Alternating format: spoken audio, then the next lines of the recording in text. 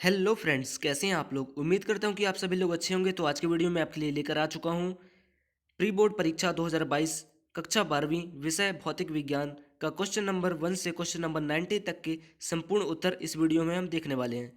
तो वीडियो में लास्ट तक बने रहिए। यदि आप चैनल पर नहीं तो प्लीज़ चैनल को सब्सक्राइब कर लीजिए, जिससे इससे आने वाली जो केमिस्ट्री का होगा प्री बोर्ड, उसका भी सोल्यूशन मैं इसके बाद वही वीडियो होगा जिसको मैं प्रोवाइड करवाऊंगा। तो प्रश्न क्रमांक पहले का उत्तर देखते हैं। पहले का पहला में आएगा F=QE। सेकंड में विद्युत एवं चुंबकीय क्षेत्र दोनों। तीसरा ऊर्जा संरक्षण के नियम से। चौथा में आएगा अवरक्त विकिरण। पांचवा लाल। छठवां क्वेश्चन का आंसर में आएगा कम फोकस दूरी का अभिदृश्यक। सातवें में 150 एंगस्ट्रॉम। अब प्रश्न क्रमांक दूसरे की तरफ बढ़ते हैं, जिसमें पहला क्वेश्चन दिया गया था कि एक आदर्श वोल्टमीटर का प्रतिरोध कितना होता है। तो यह होता है अनंत। सेकंड में सेकंड का आंसर हो जाएगा 5/2। थर्ड में अवरक्त तरंगों। चौथा पराबैंगनी तरंग। पांचवा बढ़ बढ़ जाता है। और छठवें में आएगा व्यतिकरण। सातवें में इन्वर्टर गेट। इसके बाद हम क्वेश्चन नंबर थर्ड की तरफ बढ़ते हैं। क्वेश्चन नंबर थर्ड में पहला का आंसर देखते हैं।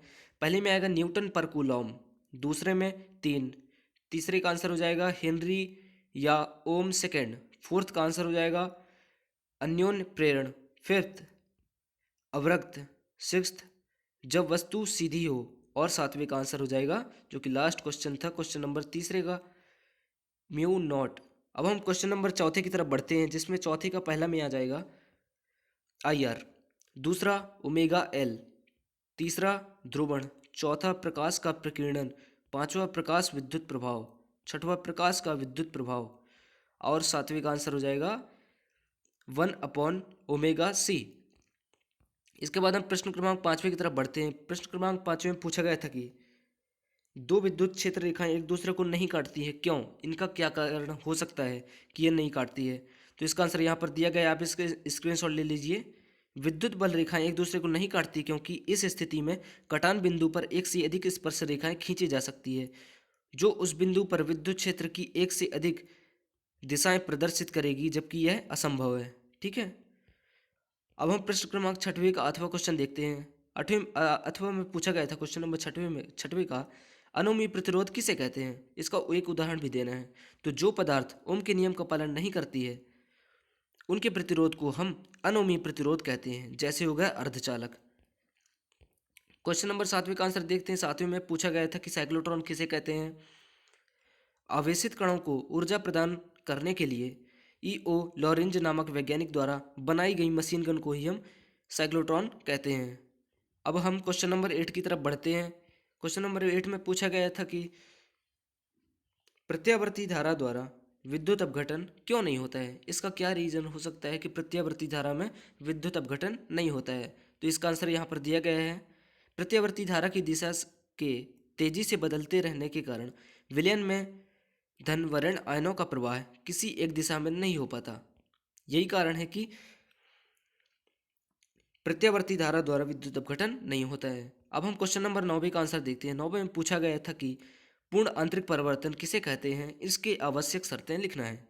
तो पूर्ण आंतरिक परिवर्तन, जब कोई प्रकाश किरण सघन माध्यम से विरल माध्यम में जाती है, तब सघन माध्यम में उस किरण के आपतन कोण का मान क्रांति कोण की मान से अधिक होने पर वह किरण परावर्तित होकर उसी माध्यम में लौट जाती है। इस घटना को पूर्ण आंतरिक परावर्तन कहते हैं। इसकी आवश्यक शर्तें में हम देखते हैं, दो आवश्यक शर्तें हैं इसकी। पहला में है प्रकाश की किरणों को सघन माध्यम से विरल माध्यम में जाना चाहिए। दूसरा, सघन माध्यम से आपतन कोण का मान क्रांतिक कोण के मान से अधिक होनी चाहिए। अब हम क्वेश्चन नंबर 10 का अथवा का आंसर देखते हैं, जिसमें क्या पूछा गया था? इसमें पूछा गया यह था कि कला संबंध स्रोत किसे कहते हैं? से क्या तात्पर्य है? ठीक है। तो यहाँ पर दिया गया है या फिर क्या होते हैं, तो वे प्रकाश स्रोत जिनसे निकलने वाले प्रकाश की आवृत्तियाँ समान होती हैं तथा इन प्रकाश तरंगों में कलांतर शून्य हो अथवा समय के साथ ना बदलता हो, कला संबंध स्रोत कहलाता है। इसके बाद हम 11वां का अथवा क्वेश्चन का आंसर देखते हैं, जिसमें निरोधी विभव पूछा गया था। तो प्रकाश विद्युत सेल के एनोड पर आरोपित वह ऋणात्मक विभव जिस पर प्रकाश विद्युत शून्य हो जाता है निरोधी विभव कहलाता है। क्वेश्चन नंबर 12 में पूछा गया था कि पी प्रकार के अर्धचालक और एन प्रकार के अर्धचालकों में क्या अंतर है। तो यहाँ पर इसका अंतर दिया गया है। पहले पी प्रकार के अर्धचालक में दिया गया है कि यह शुद्ध चतुसंयोजी अर्धचालक में त्रिसंयोजी तत्व की अशुद्धि मिलाने पर प्राप्त होता है, और इसमें यह शुद्ध चतुसंयोजी अर्धचालक में पंच संयोजी तत्व की अशुद्धि मिलाने पर प्राप्त होता है।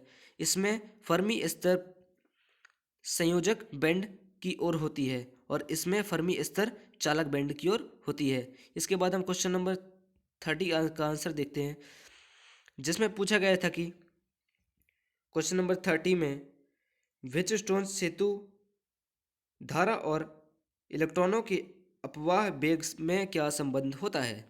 तो क्वेश्चन नंबर 13 का अथवा का आंसर यहाँ पर दिया गया है। आप इसके स्क्रीनशॉट ले सकते हैं या फिर वीडियो पॉज करके नोट डाउन भी कर सकते हैं।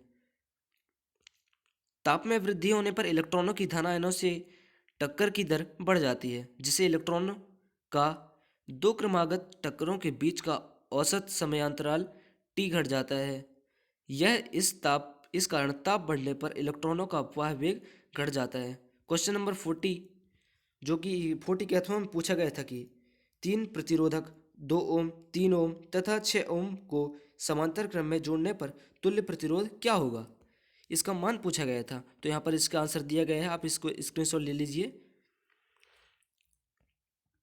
चूँकि ये न्यूमेरिकल है इसलिए आपको बोर्ड एग्जामिनेशन में भी ये क्वेश्चन देखने को मिल सकता है।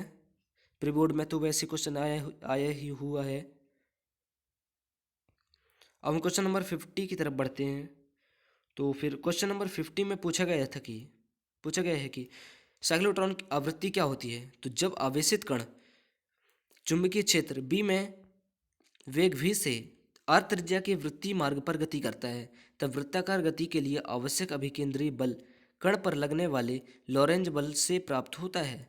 अतः चुंबकीय क्षेत्र में गति करते हुए कण के लिए यहाँ पर दिया गया है Q V B equal to M V square upon R. चूँकि यह जो प्री बोर्ड एग्ज़ाम आपके लिए कंडक्ट करवाया जा रहा है एमपी बोर्ड के द्वारा, तो ये इम्पॉर्टेंट इसलिए है क्योंकि आपको बोर्ड एग्जामिनेशन में इसकी प्रैक्टिस भी हो जाएगी, और ये जो क्वेश्चन आपसे नहीं बन रहे थे वो लिख लिख के आप यदि प्रैक्टिस करेंगे इनकी तो आपसे बनने लगेंगे। ठीक है, तो यहाँ पर इसका आंसर दिया गया है क्वेश्चन नंबर 50 का। आप इसका स्क्रीनशॉट ले लीजिए। उम्मीद करता हूँ कि आप ले लिए होंगे। इसके बाद हम क्वेश्चन नंबर 60 की तरफ बढ़ते हैं। सॉरी 70, मेरे क्वेश्चन नंबर 60 नहीं मिला था। यदि आप वीडियो के नीचे कमेंट बॉक्स में कमेंट करिएगा तो मैं इसका आंसर भी आपको प्रोवाइड करवा दूंगा। चूँकि मैं सभी आंसर प्रोवाइड करवाता हूँ और बिल्कुल सटीक, आप ढूंढ कर भी देख सकते हैं। नैंड एवं नैंड गेट से और गेट को कैसे प्राप्त किया जा सकता है। क्वेश्चन नंबर 17 में पूछा गया था ये क्वेश्चन। नैंड गेट की सहायता से और तथा नॉर गेट की सहायता से एंड गेट कैसे प्राप्त करेंगे, क्वेश्चन में पूछा गया था। तो यहाँ पर मैं अंडरलाइन कर दिया हूँ इसको, तो आप इसको हाईलाइट कर दिए हूँ, सॉरी। तो इसको आप स्क्रीनशॉट ले लीजिए या फिर वीडियो को पॉज करके नोट डाउन कर सकते हैं। चित्रानुसार 2 नॉट गेट्स व एक नैंड गेट का प्रयोग करके हम और गेट प्राप्त करते हैं। ठीक है, तो यहाँ पर दिया गया है नैंड और नॉर गेट की सहायता से एंड गेट कैसे प्राप्त करेंगे। यहाँ पर भी इसका आंसर दिया गया है, आप देख सकते हैं। चित्रानुसार 2 नैंड गेट नॉर गेट का प्रयोग करके हम एंड गेट प्राप्त कर सकते हैं। यहाँ पर ये डायग्राम दिया गया है, इसका भी आप स्क्रीनशॉट ले लीजिए। अब हम क्वेश्चन नंबर 18 की तरफ बढ़ते हैं। 18वें क्वेश्चन में पूछा गया है कि किसी ऐसे समांतर प्लेट संधारित्र की धारिता ज्ञात कीजिए जिसकी प्लेटों के बीच आंशिक रूप से परावैद्युत तथा आंशिक रूप से वायु हो। तो इसका सबसे पहले आप डायग्राम का स्क्रीनशॉट ले लीजिए। इसके बाद इसके थ्योरी बेस्ड क्वेश्चन की तरफ बढ़ते हैं। थ्योरी में यहाँ से आपको नोट डाउन करना है। यहाँ से यहाँ पर जो चित्र 2.6 लिखा हुआ है इसको आपने लिखिएगा। ए व बी समांतर प्लेट संधारित्र 2 प्लेटें हैं जिनके बीच की दूरी डी मीटर है। मैं इसको पढ़ूंगा तो ये वीडियो काफ़ी लंबी हो जाएगी, इसलिए आप इसका स्क्रीनशॉट ले लीजिए या फिर वीडियो को रोक करके इसका स्क्रीनशॉट भी ले सकते हैं। ठीक है, अब हम अगला क्वेश्चन देखते हैं। अगला क्वेश्चन में पूछा गया है कि क्वेश्चन नंबर 19 है, जो कि श्रेणी एलसीआर परिपथ के लिए निम्नलिखित की गणना करना है। तो इसमें पूछा क्या गया था, परिणाम में विभवांतर। तो आप धारा एवं विभवांतर में कलांतर, इसको भी आप लिख सकते हैं। आप ये मत पूछिएगा कि कमेंट बॉक्स में कि 90 क्वेश्चन गलत है, क्योंकि आप वीडियो को पहले अच्छे से क्लियर से समझा करिएगा, ठीक है, तब आपसे बना करेगा। तो फिर यहाँ पर इसका आंसर दिया गया है क्वेश्चन नंबर 90 का। सबसे पहले आप डायग्राम का स्क्रीनशॉट ले लीजिए। यहाँ से पूरा आपको नोट डाउन करना है यहाँ तक, प्रतिबाधा तक, जिसमें कि पहला में धारा एवं विभवांतर में कलांतर दिया हुआ है, इजी क्वेश्चन है ये। और सेकंड में परिणाम में विभवांतर दिया गया है।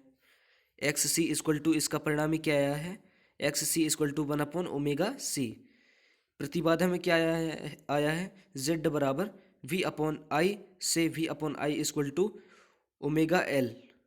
ठीक, तो उम्मीद करता हूँ कि यह वीडियो आपके लिए यूज़फुल रहा है। वीडियो यदि यूज़फुल रहा आपके लिए तो चैनल को सब्सक्राइब कर लिया और इस वीडियो को लाइक करना मत भूलिएगा। तब तक के लिए धन्यवाद। इसके बाद मैं केमिस्ट्री का फुल सॉल्यूशन भी आपको प्रोवाइड करवाऊँगा। ठीक है, तब तक के लिए धन्यवाद।